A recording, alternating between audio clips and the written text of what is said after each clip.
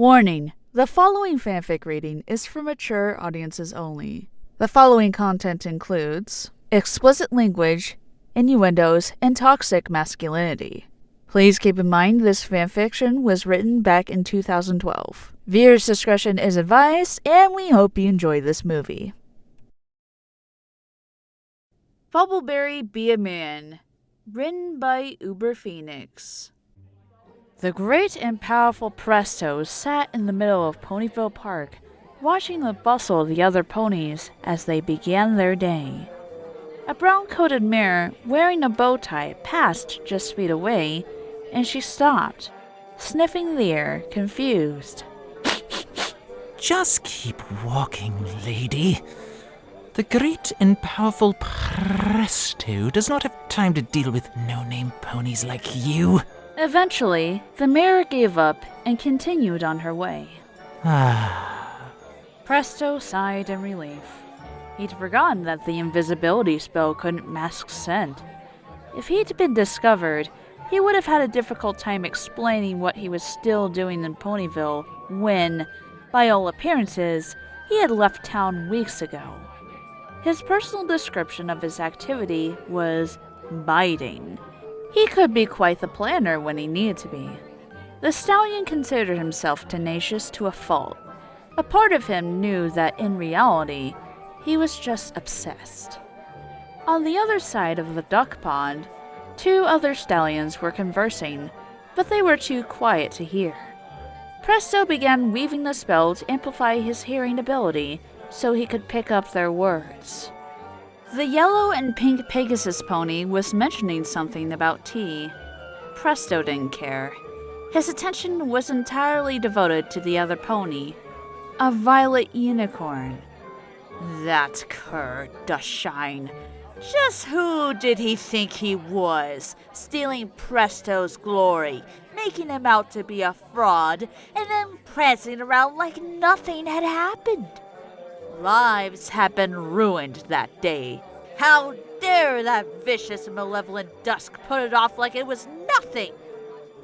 Presto imagined all the things he would do to the other unicorn if he ever got the chance. Dusk would regret ever messing with a unicorn of his caliber. First, he would make him confess that the great and powerful Presto was the most powerful unicorn in Equestria. In public.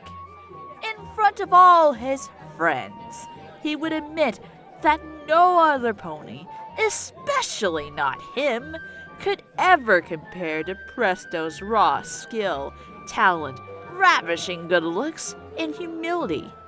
Then maybe he would take Dusk Shine back to his wagon and add his own personal revenge. Presto remembered that he no longer had a wagon. That was okay. Dusk Shine would build him a new one, and he would watch. No magic allowed. The whole thing would be built by hoof. He imagined Dusk Shine struggling to nail the boards together, his muscles twitching with each swing of the hammer, his body going back and forth, back and forth. The daydream was interrupted by the sound of a rapid thumping. A white rabbit was rapidly stamping her foot on the ground, looking up at Presto and frowning. How had the bunny found him? He was supposed to be invisible. Sound? Smell? Did he really smell that bad? Taking a second glance, Presto realized he recognized the bunny as belonging to the yellow pony that was talking to Dusk Shine. He grinned wickedly, the pieces of the plan clicking into place. He now knew exactly how to put Dusk Shine in his place. Maybe he could even have some fun with this.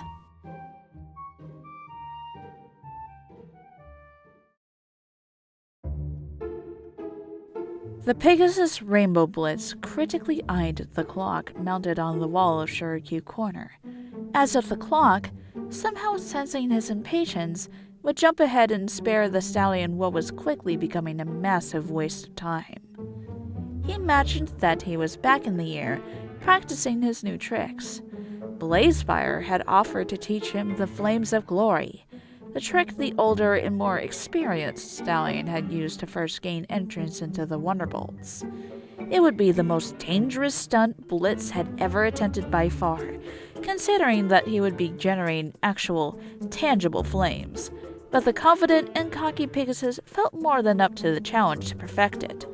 He imagined himself blasting through the air, the heat of the titular flames racing after him. He shuffled anxiously in his seat, his pale blue rump rubbing against the pink upholstery of the booth. Streamers of a slightly more bold shade of pink hung from the rafters, and red and white balloons were littered about the ceiling. Rainbow Blitz thought it looked like a strawberry smoothie had been mixed in with a bubble bath, and the resulting mixture painted on every surface. It was just so much pink. More pink than Blitz was used to handling at one time. It made him feel trapped and girly. In the center of the room, the pinkest thing imaginable was literally sliding across the wooden floor, a tray of cakes balanced impossibly atop his head. Rainbow Blitz's close friend Bubbleberry slid to a stop in front of his customer, a stallion much older than either him or Blitz, out with his son, who was much younger. The blank slate colt was a slightly duller pink, almost orange or brown. He wore a green baseball cap, turned backwards so that his horns stuck out through the hole in the back. His green eyes sparkled with energy, and Barry, either because he saw the colt's enthusiasm or because he was just being his usual perky self, offered the colt a high five, which was eagerly returned. The colt's father, a purple stallion with a disheveled mane, a 5 o'clock shadow, and a bunch of grapes for a cutie mark, looked up at Barry and frowned, but he said nothing. He appeared hungover, and knowing him, Blitz would have been surprised in the slightest. Bubbleberry's face broke out into an enormous grin. Hi! He squealed, his mirth bubbling up like his name implied. You're Rusty Punch, right? The colt nodded. Yeah? He said, slightly nervous but encouraged by Barry's enthusiasm. How'd you know? Silly! I know every pony in Ponyville. Do you remember who I am? The blank look on Rusty's face told Barry that he didn't. Barry grinned even wider. He loved being able to introduce himself. Bubble Berry! He leapt into the air while he shouted his name, and a noisemaker hidden in his hair exploded, startling Rusty's father, who had so far only been paying marginal attention to what was going on around him. Barry? My dad's name is Barry too!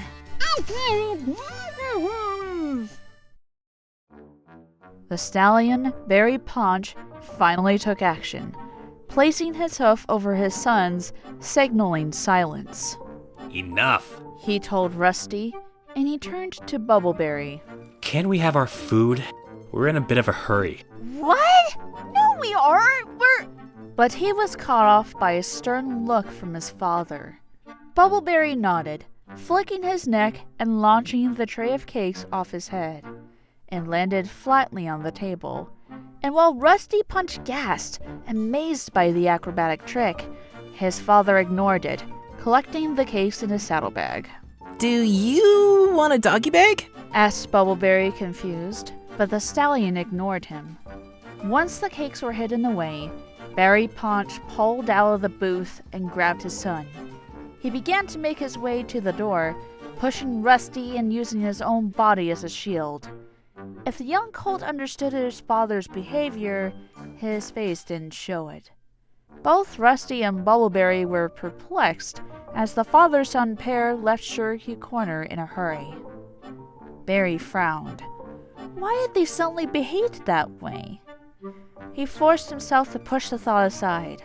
His shift had already ended, and he was just taking care of the remaining customers before he left with Rainbow Blitz. He saw the Pegasus waiting in his own booth, waiting impatiently and moodily sipping from a milkshake.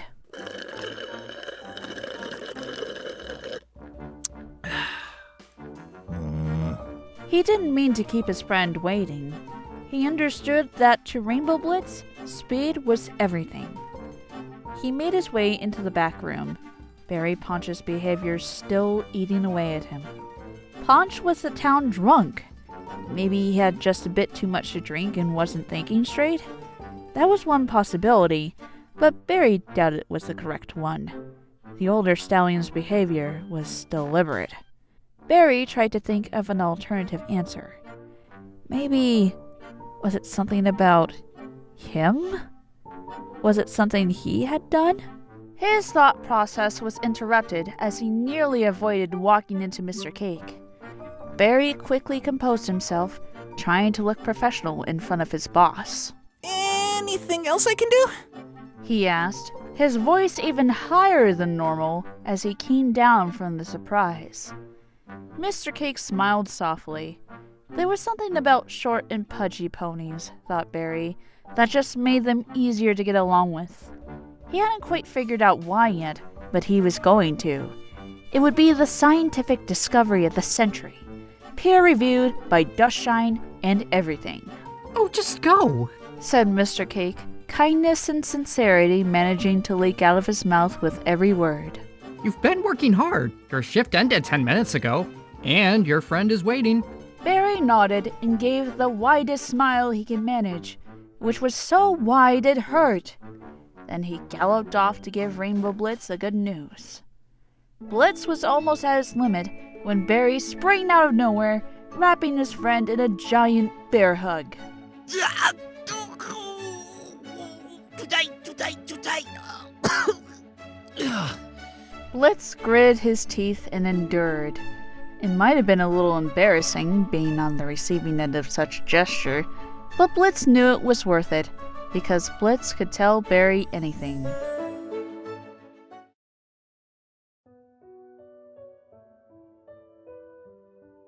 It wasn't until after the pair had left Cherokee Corner that Bubbleberry finally worked up the courage to ask the question.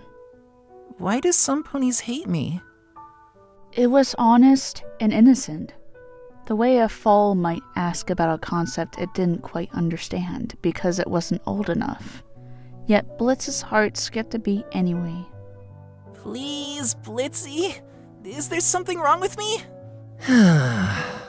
Rainbow Blitz sighed. There was no way that he was getting out of this. There's nothing wrong with you, Barry. You're not gonna get along with every pony. That's just the way life is. He heard Barry behind him gasp, and suddenly Barry was in front of him, somehow popping in from above. Not get along? Do you know who I am? I'm Ponyville's resident party pony. It's my job to lift everyone's spirits. I even have a cutie mark for it. Saying that I can't get along with some ponies like saying that there's a book Dusk Shine can't read or a suit elusive can't make. That's who I am. If you take that away from me, I have nothing. Nothing!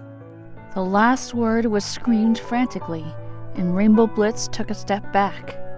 He'd seen Barry get this crazed before, and he had no desire to see it again. Tell me why he doesn't like me. Blitz sighed, finally relenting. Have you ever looked at yourself in the mirror? Barry raised one ear, his face contorting into asymmetrical confusion. Well, duh! It would be pretty hard not to. Have you ever tried not looking in a mirror? They're everywhere! I mean, I guess maybe if you were a vampire, but there's no such thing as vampires. And you wouldn't be able to brush your mane and... That's not what I mean, Barry. I mean, Ponch is sort of, well, a traditional pony. He has his ideas of how things are supposed to be, how ponies are supposed to behave. Does that behavior include drinking a lot? No, I don't think it does. But it's not about what he does. It's about what you do. So, there is something wrong with me. Blitz noticed that Barry's bangs, which usually bobbed above his face, had begun to droop, flopping about and landing on his face with each movement. In the pink pony's distress, there were many such movements. According to him, yes. So that's why he doesn't want me around Rusty. But he doesn't know you. He just thinks that you're... Well, you know. I'm what? You've seen the way you act. So peppy, so expressive, so gay. Is that a problem? How can I cheer every pony up unless I'm willing to have a gay old time? Rainbow Blitz furrowed his brow. No, I mean he thinks you're a colt cuddler. He doesn't like cuddling? That prude. Harumph. Bubbleberry crossed his forelegs and harumphed as loudly as he could. Blitz groaned. This wasn't happening. He doesn't want you around his kid. Blitz finally cried, thinking of no other synonyms and abandoning all subtlety. Bubbleberry looked as if he'd just been punched. His jaw hung loosely, as if he knew he had to respond, but didn't have the first clue what to say. His eyes were bulging, and Blitz thought he saw them begin to water. Barry, you okay? No. Muttered Bubbleberry, his hair now beginning to frazzle and fall apart. Why would he think that? I'm great with kids. His voice had fallen and was nearly a whisper. Oh, you're kidding, right? You prance around like a show horse, you bake cakes for a living, and to top it all off, you're as pink as cotton candy. Are you really that surprised that Barry Paunch doesn't think you're manly? Bubbleberry's sniffling momentarily stopped. Are you saying that if I were manlier, more ponies would like me? Rainbow Blitz realized too late what he had been implying. That's not what I said, Barry. Before he could clarify, however, the pink stallion launched himself at Blitz, knocking him onto the ground. Ugh. Oh. Blitz looked around nervously. They were in the middle of the street and were beginning to turn heads. There were already so many rumors about Bubbleberry's proclivities. Any pony that saw them like this would be certain to jump to the wrong conclusion. He had to rectify this immediately, but any plans he may have had were instantly derailed by Barry's next request. Teach me how to be manly, Blitz! Blitz was nearly speechless, and he could only find the clarity required to say one word. What? I mean it, Blitz! You're the manliest stallion in Ponyville. You can make Barry Paunch like me. Blitz couldn't bring himself to look Barry in the eyes, so he turned away and noticed the ponies gawking at them. He couldn't figure out which view was worse. I don't think this is a good idea. Lots of ponies like you for who you are. Yes, but I want every pony to like me. And you can help me. Blitz rolled his eyes. You won't take no for an answer, will you? Barry eagerly shook his head, the enthusiasm beginning to return to him. Fine, I'll do it. Barry leaped up into the air, higher than Blitz would have imagined was possible. When he landed, the momentum carried his head down, and he kissed his friend on the cheek. Oh, thank you, thank you, thank you! Yeah, sure. Muttered Blitz, suddenly feeling uneasy. He needed to take control of the situation. But let's start with that. He said, pushing the pink pony off of him. With what? That. This is Equestria. Not Prance, not Germani. No hugs, and no kisses. No hugs? Barry squeaked, as if he had just been told that Gummy was sick, or that all the ice cream in the world had simultaneously melted. Oh. Rainbow Blitz groaned again. This was going to be a long day. The first stop was the Carousel Boutique. If you want to be a man, you need to dress like one. Explained Rainbow Blitz as Bubbleberry followed him nervously into the boutique. While he had visited dozens of times to see Elusive, he had never actually had the intent of making a purchase. The only thing out of the boutique he had worn was a suit Elusive had made him for the Grand Galloping Gala. Most of the clothing on display were suits, but there were a small row of dresses, specially prepared for the upcoming Clover Day pageant Applebuck School was putting on. One of the costumes strongly reminded Barry of the dress he had worn during the makeshift song and dance number at Appaloosa. He must have been looking at it for too long, because he was interrupted by a smack across his back from Rainbow Blitz's hoof. Oh! I bet Pinkie Pie didn't get a second look from that. Pinkie Pie, his gender-swapped counterpart from an alternate reality. The meeting between the two groups may have been strange for the others, but Barry had managed to take it in stride. For the first time, he had met another pony that shared his tastes and enthusiasm. He wished she were back here. Pinkie Pie would know what to do.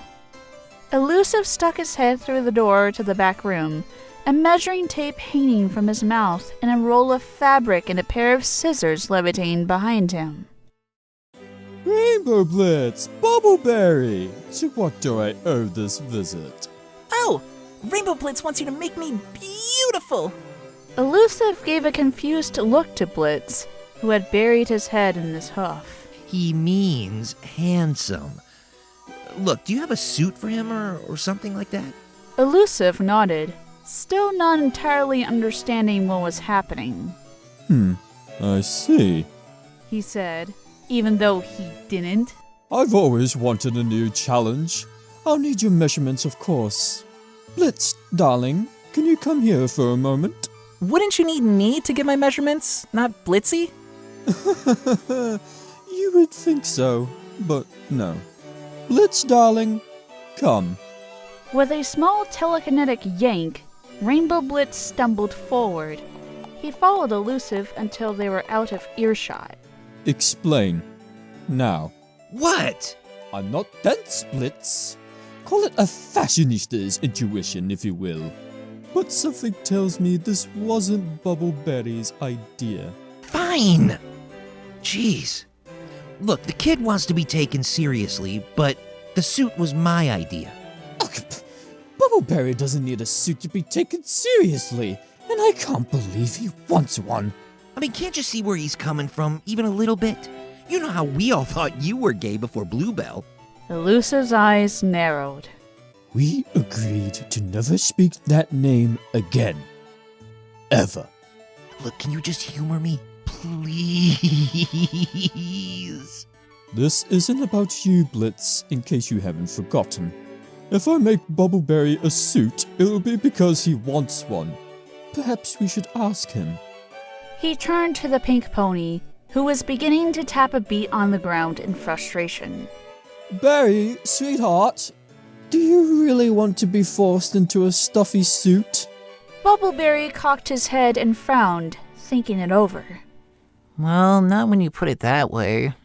You see, now if you don't mind, this little escapade, brief as it was, risks putting me behind schedule. I need to finish making the first batch of suits for Counterlot. Stripes are in this season, and... Before he could finish his sentence, Elusive found himself staring deep into Bubbleberry's enormous green eyes. Zoot! Zoot suit! He began to prance around the room, calling, Zoot suit, zoot suit! Dear, are you saying you do want a suit now? Yep! A zoot suit! He paused in front of a rack of collared shirts. Are these them? Do you even know what a suit is? Asked Elusive, frustrated at trying to understand his friend. Nope, but it's so fun to say. Zoot suit! And if it's fun to say, then it must be fun to wear. Can I have one? Please? Elusive was taken aback by Barry's forwardness.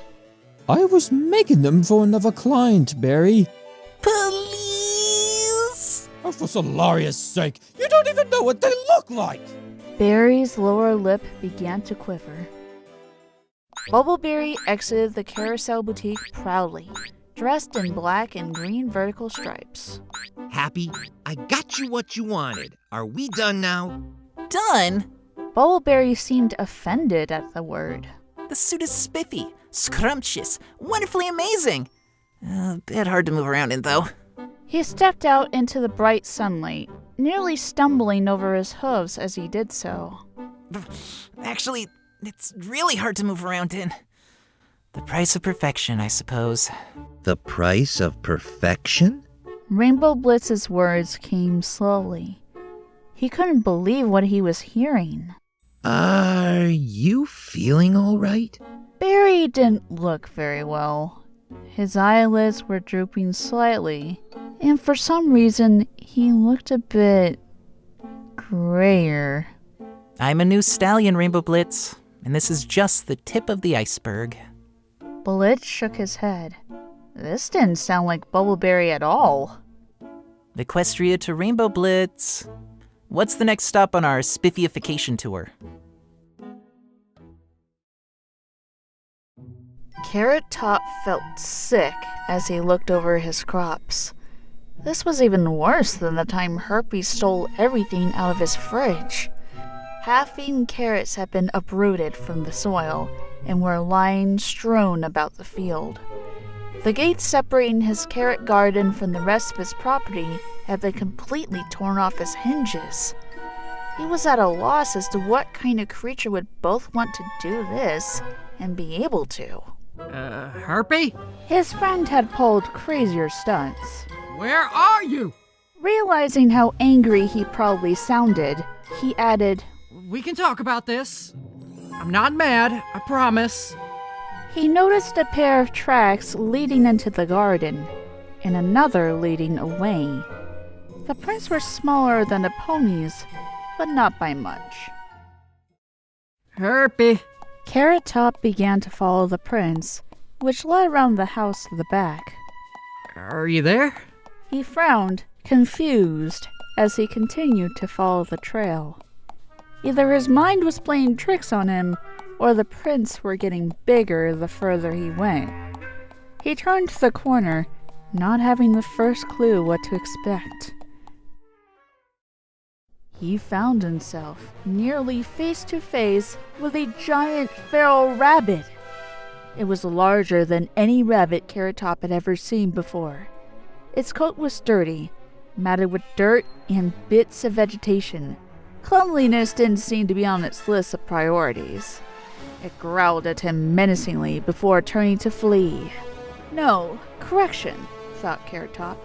Not flee. Leap into his cabbage patch. Part of Carrot Top wanted to try and shoo the creature away. These were his crops, and he needed to protect them. On the other hoof, however, he had no desire to get into a tussle with the thing. It was almost as big as he was. It would probably be much better to get some pest control. Butterscotch often dealt with wild animals. Maybe he would know what to do. Thinking of Butterscotch, however, served to remind Carrot Top where he'd seen the rabbit before. Hey, don't you belong to... Before he could finish, the rabbit hissed, having already devoured multiple entire heads of cabbage. Then the creature began to shudder, overcome by some unknown force. All Carrot Top could do was stare. The rabbit's limbs shot out, growing to much longer than they had been before. Its eyes bulged out of their sockets, and for a few seconds the face was downright terrifying, and then the rest of the head grew to match. The body was last, but when the transformation was complete, the creature was now a good head taller than Carrot Top. It hissed, and Carrot felt his knees lock. This can't be good. Also, this clearly wasn't normal. Something strange had happened. Something magical. And there was only one pony to turn to when it came to magic. He waited, frozen from fear, while the creature finished eating his crops and hopped away, looking no doubt for a new victim to terrify. As soon as the rabbit was gone, Carrot Top started running for the library. Floating above the scene and still invisible, Presto chuckled. Exactly as planned. Soon he would have his revenge against that despicable Dusk Shine.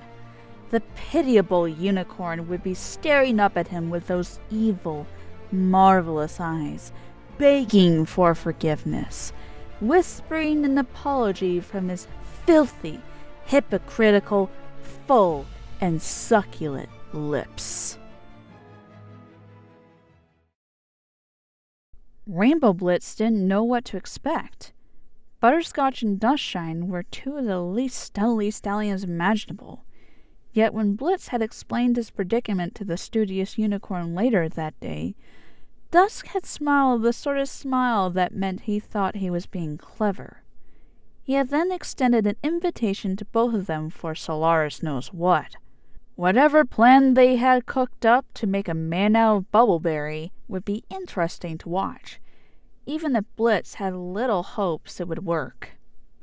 As he followed Bubbleberry into Butterscotch's cottage, he realized that even if he had made a list of ideas, Butterscotch's plan wouldn't have been on it. The two stallions were having a tea party. They were sitting on mats on opposite ends of a square table. They both were cradling small saucers in their hooves. As the door opened, Butterscotch looked up and smiled, his movements slow, fluid, and purposeful. Dusk Shine soon followed suit, and he smiled softly. Rainbow's eyes twitched, and his jaw threatened to dent the floor. Bubbleberry, on the other hand, bounded in, a spring in his step. Before he made it to the table, however, Butterscotch set down his cup and raised a hoof, motioning for Berry to stop. Horseshoes off, please. Blitz gawked. You know, they don't just come off that easily. Butterscotch looked up at him, as if he were processing the complaint, but his facial expression didn't change from the still, slight smile. It was as if Butterscotch was taking note of what Blitz was saying, but nothing else. Not judging, not planning a retort, just accepting. The scene was incredibly peaceful. It creeped Blitz out, and he decided it was probably in his best interest to comply. As he looked down at his hooves, trying to figure out the best way to remove the shoes so that they could be most easily reattached, he saw a violet light in the corner of his eye, and he heard a multitude of small clicks. The horseshoes clattered to the ground. Okay, maybe when there was magic involved, they do come off that easily. The problem solved, Bubbleberry began bouncing toward Butterscotch again, but the yellow stallion again raised his hoof and stopped him. Rainbow Blitz settled in next to Dusk Shine. All right, care to explain what's going on here? I don't really see how cookies and tea are going to make Bubbleberry a man. I didn't say it would, said Dusk Shine, closing his eyes and keeping the same kind smile. Just that I would try.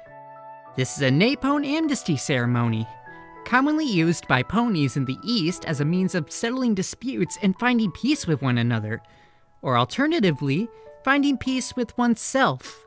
Blitz frowned. Oh, and just what makes it different from any other frou-frou tea party? The expectations.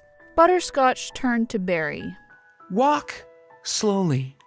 Don't lift the next hoof until the first one is firmly on the ground. Don't skip. You need to be at peace with the world and aware of your surroundings.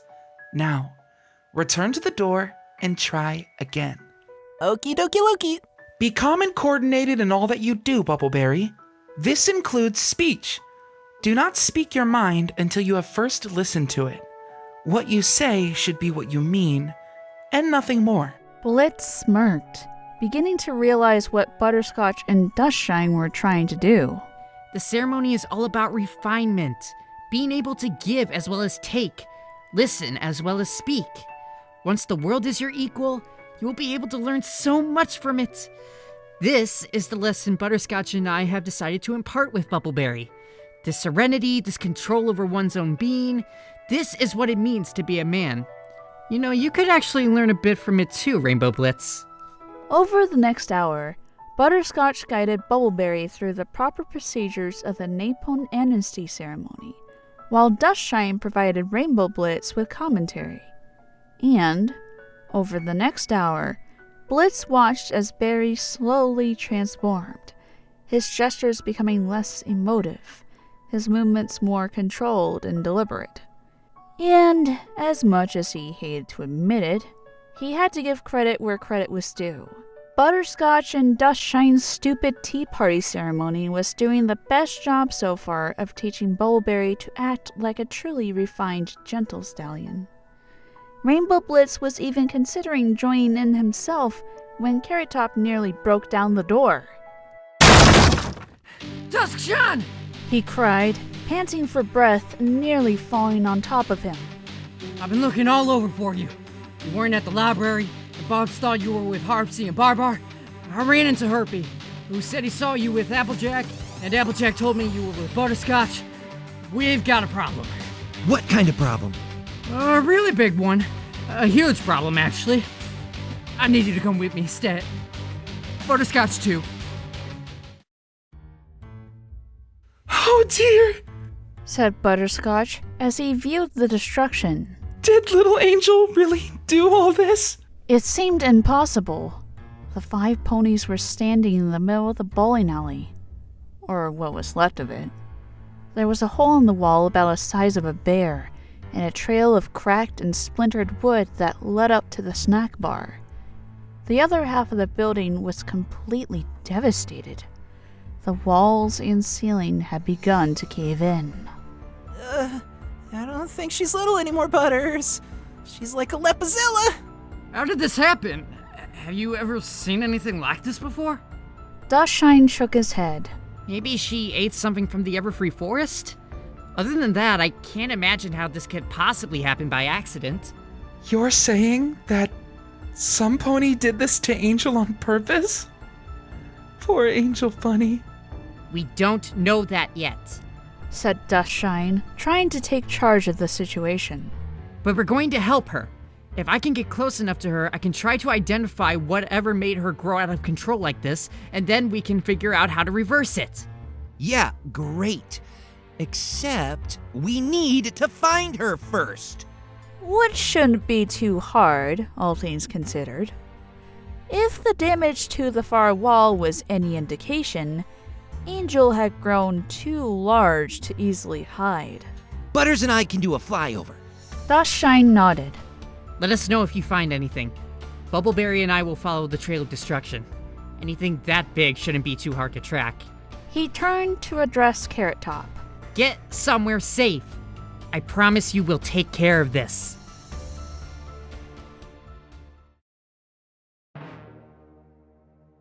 We need a battle plan. Were Dusk Shine's first words after the group split up. He and Bubbleberry were crawling through the wreckage, following the trail of smashed buildings. Ponyville was quickly being reduced to rubble. I need to get close to Angel to cast the diagnosis spell. I don't want to hurt her unless absolutely necessary. Any ideas? Distraction? Dusk Shine's face instantly brightened. Perfect! You keep her occupied, I'll sneak in and use my magic to figure out what's wrong with her. Bubbleberry froze in his tracks.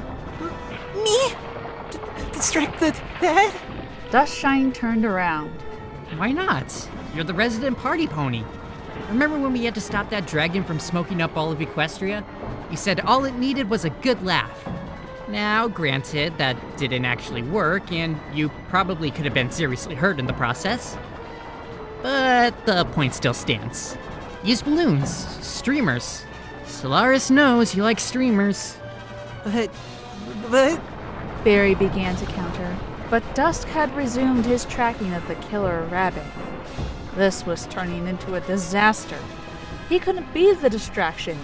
Every pony was going to be watching. How could he prove that he was a real man when he was busting out his party cannon in front of the entire town?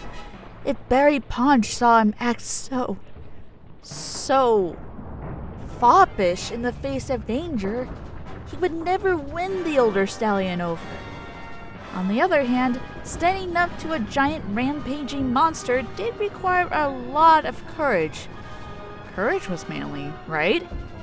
Maybe if he went about it the right way. All right.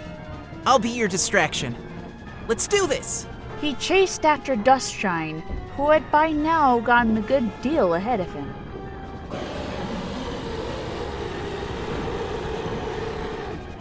A ferocious roar nearly threw both ponies off their hooves. Dusk and Barry watched, horrified, as off in the distance, Town Hall crumbled, an impossibly large monster rising out of the rubble. It now only vaguely resembled a rabbit at all. Its ears stood rigid above its head, and its overgrown snout seemed like it would fit better on a shark than on any mammal. It now towered above the town, at least twice as tall as the Ursa Minor. Bubbleberry was glad that his zoot suit hadn't included boots, or else he might have been shaking in them.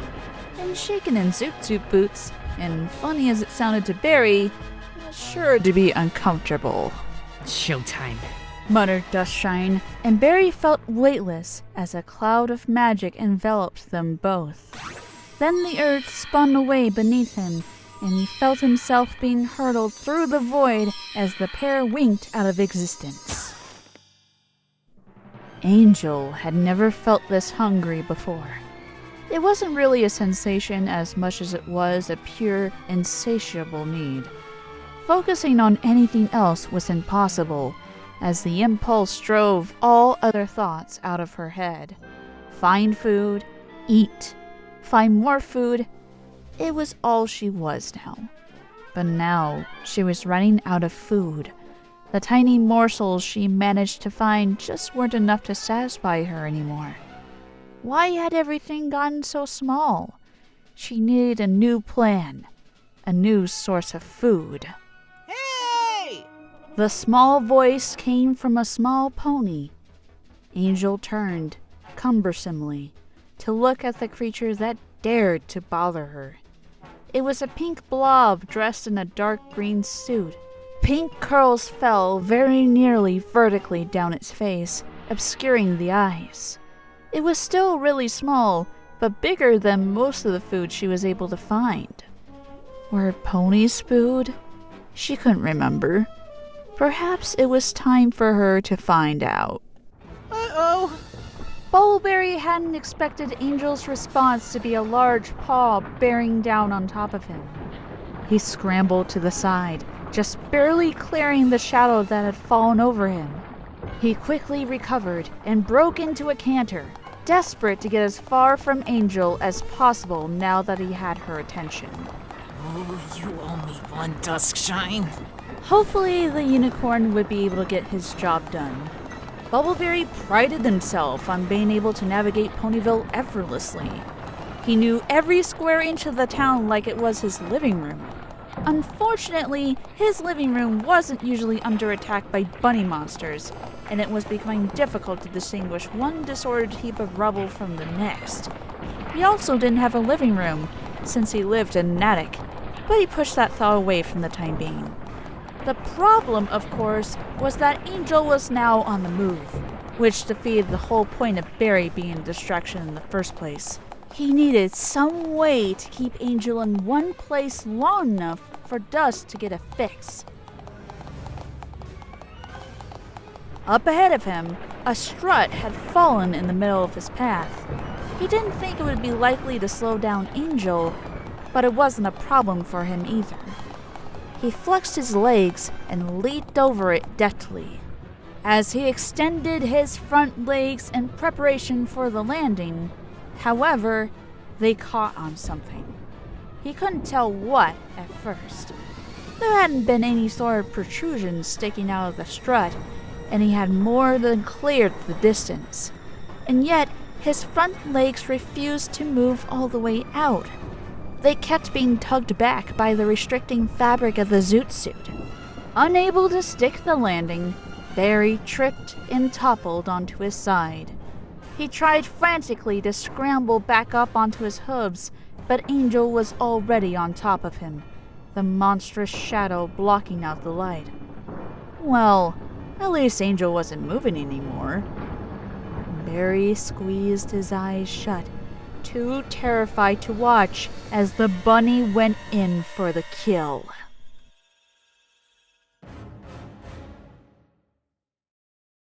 Being crushed felt a lot different than he expected.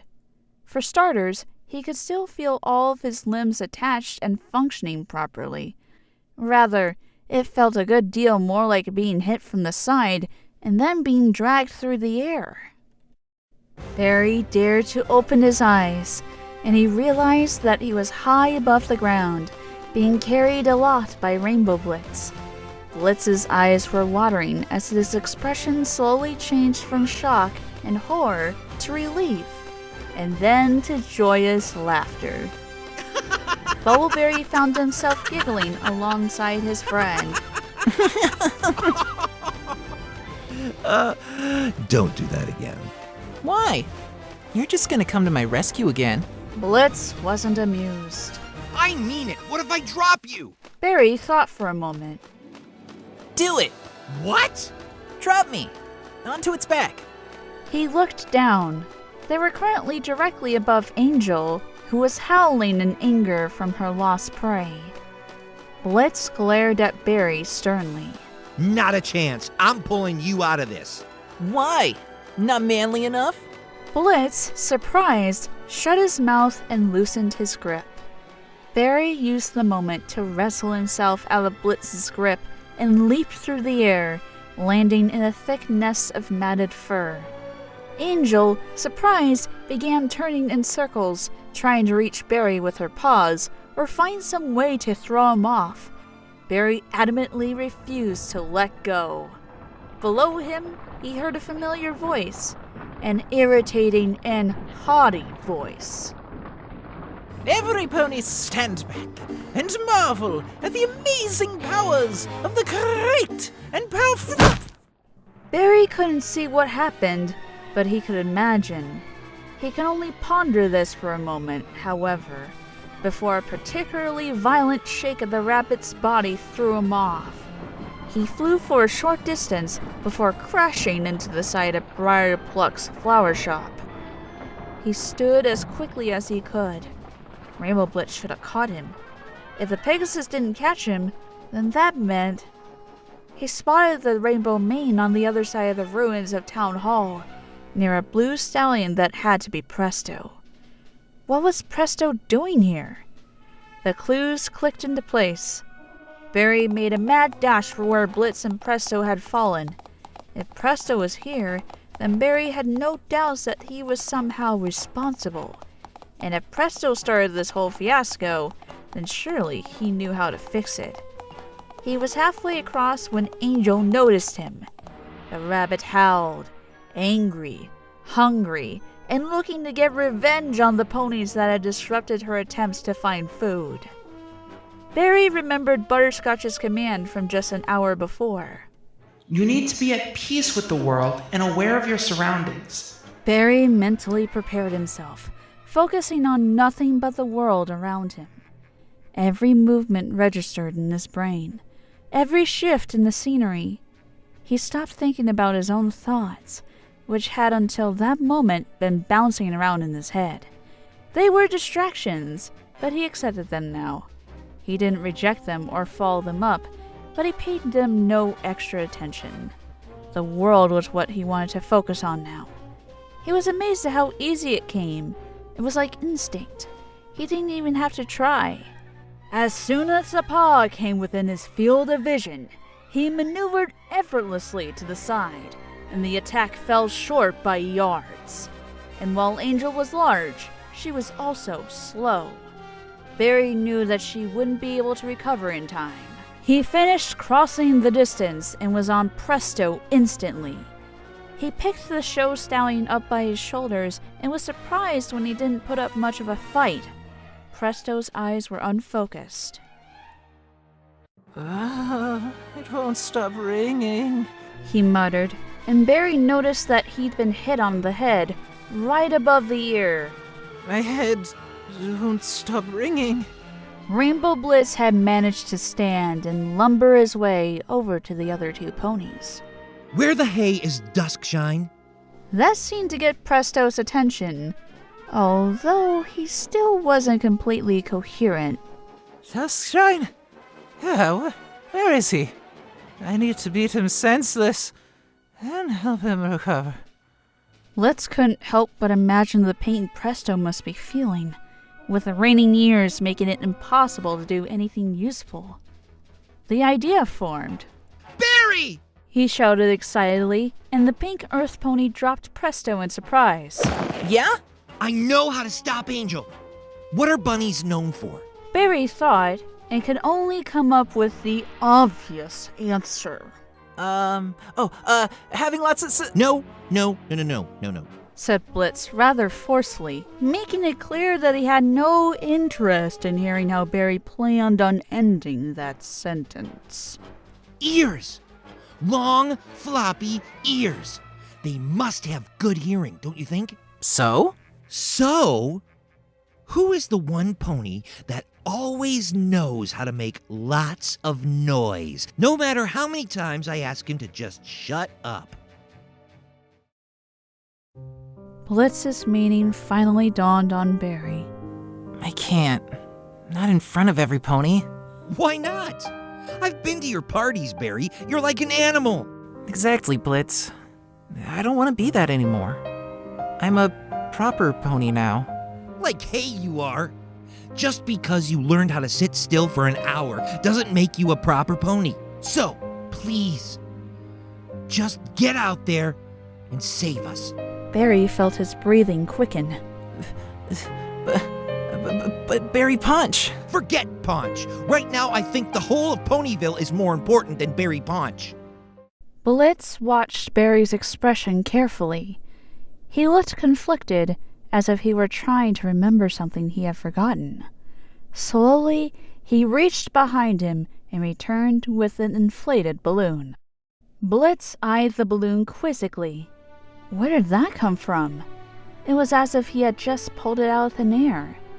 Blitz reached forward and took the balloon from Barry, tossing it playfully in the air. This is who you are, Barry. You lift every pony's spirits. Weird, funny. No pony can explain it, Bubbleberry. I've seen you do the impossible, Barry. I've seen you perform miracles. But you're the only one who can do it. So do it one more time. Please. Because right now, Ponyville needs a miracle. The balloon landed on Bubbleberry's head, where it stuck to his hair. He tried to peel it off, and his hair clung to it, forcefully lifted out of its limp shape. As it did, a grin broke out on his face, gaining in intensity alongside the volume of his hair. Blitz, laughing, wrapped Bubbleberry in a hug. It's good to have you back. It's not over yet, soldier. Said Bubbleberry, his smile shining so bright it was nearly blinding. Let's do this. Angel, deciding that some ponies were more trouble than they were worth, had left the city hall and its inhabitants behind. Perhaps there were other ponies that had fewer objections to being eaten. Perhaps she could experiment with eating wood. Hi again! Angel searched for the source of the sound. It was a familiar irritant to her, something she knew she had to stamp out. Down here! Looking toward the ground, she spotted the same pink pony from before, but he looked somehow different. He was no longer wearing the suit. His hair seemed to have much more volume now and was impossibly kept aloft, and he was wearing the biggest, goofiest grin Angel had ever seen. He was also wearing a bulky ensemble of musical instruments. He gave a horn a toot, if only to test and make sure it was working, but the noise was grating to Angel's ears. Did that sound bad? Sorry, I'm still getting the hang of playing this thing. I'll get better, so just wait a minute. He played a rapid fanfare on the trumpet, accompanied by drum beat. See? Better already. Angel roared and tried to crush the pony behind her foot, but the pony dodged effortlessly. He was moving fast, impossibly fast for a pony carrying such a massive instrument. The next thing she knew, he was somehow behind her. You know, it's funny. I forgot I could do this for a while. I got so caught up on what I wanted that I forgot about what I already had. For example, did you know I could do this? Before Angel could respond, the pony dropped out of sight and disappeared. Angel spun quickly, trying to locate the irritant, but he was gone. Hello, Angel! Came a sudden cry that was many times louder than anything the pony had managed to do before. Wow, it's a nice view from up here! Don't want to fall, though! Not only was the noise almost deafening, but it was also exclusively in her right ear. She now sensed a weight pulling that side of her body down. Was the pony inside her ear? How did he even get there? The pony leaped out of Angel's ear, seemingly propelled by a rocket. Except there was no rocket. For no adequately explainable reason, the pony was flying through the air and making an absolute racket while doing so. Sparks flew off of his behind as he shot along. The sound of fireworks filled Angel's ear and made her reel backward. She lost her balance, falling over on top of the carousel boutique, where a number of ponies had taken refuge. Among them, Rusty Punch screamed, expecting the worst. Ah! Right before they were crushed, Rusty found himself suddenly in the park, along with all the other ponies that had hid out with him, including his father. Bubbleberry was among them, doing a quick head count to make sure they were all there. Sorry, gotta go! He cried before leaping into the duck pond. The pony had disappeared again. Where had he gone off to this time? Sorry for leaving you. I had to take care of some ponies, save some lives, all that jazz. But don't worry, I've got a grand finale prepared for you. I had to borrow some stuff from a friend of mine. He likes to party almost as much as I do. So this next sound is all thanks to Mr. Scratch.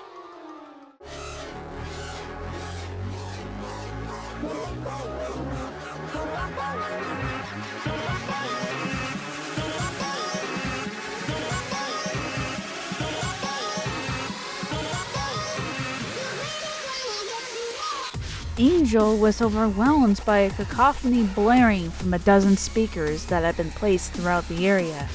She stuck her paws into her ears, trying to block out the noise, but nothing worked.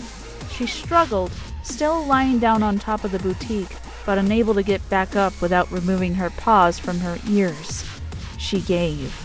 Whatever the pony wanted, he could have. Bubbleberry approached to examine his handiwork with a whistle in his mouth. Seeing that Angel was down, he blew it happily. Now, let's get Dusk Shine to sort this out. Butterscotch watched as Angel's chest rose and fell. She was once her normal size. His friends had gathered around the bunny in Butterscotch's cottage, all trying to figure out how such a small bunny had caused such huge problems. Is she going to be alright? Butterscotch asked Dusk Shine, his concern for the animal superseding all other desires. She'll be fine. I doubt she'll even remember what happened. You say Presto was responsible for this? Oh, you just a little guy, aren't you? Just right there, okay? You sleeping? Yeah, you should keep doing that. Bubbleberry smiled, cooing the sleeping animal. He felt better than he had felt all day. Presto had slipped away in the aftermath, but he didn't care. Everything just felt right. Blitz eyed Barry, more relieved than his friend was back to his normal self and that Ponyville was no longer in danger. You know, He said, looking Barry in the eyes. this might be a good time to write a letter to the prince. A good idea, Rainbow. Barbs, take a note. You got it, Dusk Shine. Dear Prince Solaris, today I learned that it's okay to be proud of who you are. Not every pony is going to like you, but that's okay. And you certainly don't need to go changing yourself to please some pony else. Because for every pony that has a problem, there's another who likes you for who you already are. That said, you should still listen to your friends, because they often have good advice. But you can't let that take away what makes you special. Also, who wants to be friends with a homophobe anyways? What a dick. Dusk Shine's friend, Bubbleberry. Bubbleberry. Got it.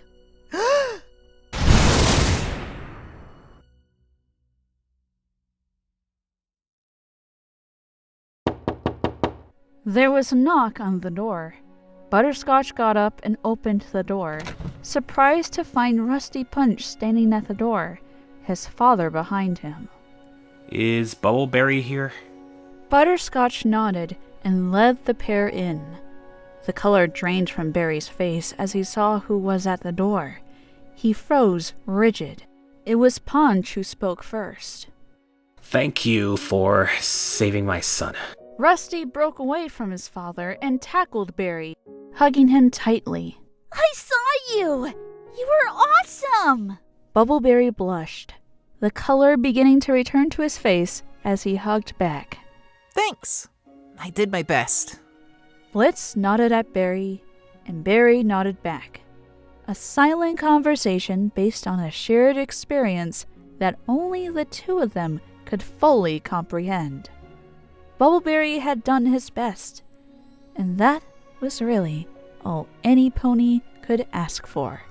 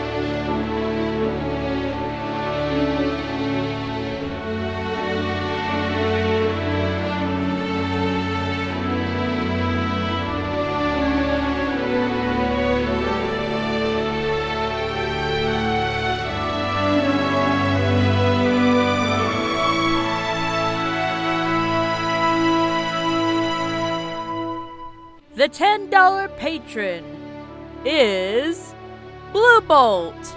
Thank you for pledging $10 a month to my channel.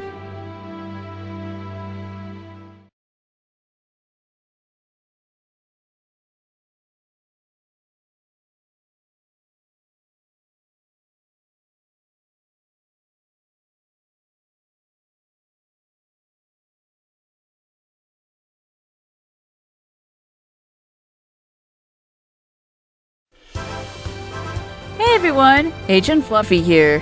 Thank you for watching. If you enjoyed this video, please like and subscribe to my channel. If you want to support me even more, feel free to support my Patreon. The links are right here.